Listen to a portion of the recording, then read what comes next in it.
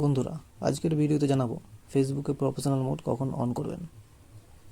ফেসবুকে যারা নতুন আসছেন তারা এই বিষয়টি না জেনেই প্রফেশনাল মোড অন করে দিচ্ছেন।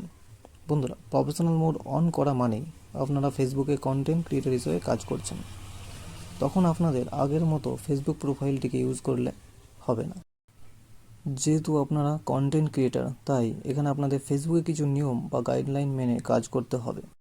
আপনাদের daily reel video, long video, photo ইত্যাদি পোস্ট করতে হবে। আপনারা যদি ফেসবুকের গাইডলাইন না মেনে কাজ করেন তাহলে আপনাদের নানা রকম রেস্ট্রিকশন আসতে পারে, যেমন অতিরিক্ত কমেন্ট করলে আপনাদের কমেন্ট ব্লক, রিয়াকশন ব্লক ইত্যাদি চলে আসবে। বন্ধুরা, সেক্ষেত্রে ফেসবুকের কাছে আপনার প্রোফাইলটি গ্রহণযোগ্য নাও হতে পারে মনিটাইজেশনের জন্য।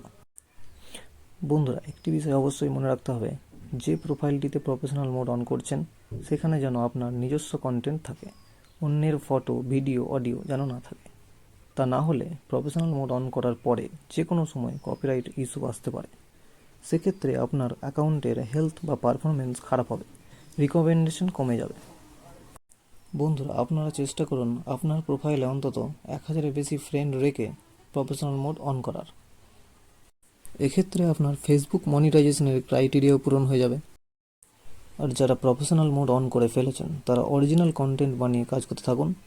বন্ধুরা, আপনারা যদি ফেসবুকে প্রফেশনালভাবে কাজ করতে চান তাহলে আপনাদেরকে অবশ্যই অরিজিনাল কন্টেন্ট বানিয়ে কাজ করতে হবে, নিজস্ব ভিডিও আপলোড করতে হবে। এক্ষেত্রে আপনি তাড়াতাড়ি সফল হতে পারবেন। ভিডিওটি গুরুত্বপূর্ণ বলে মনে হলে লাইক এবং শেয়ার অবশ্যই করবেন।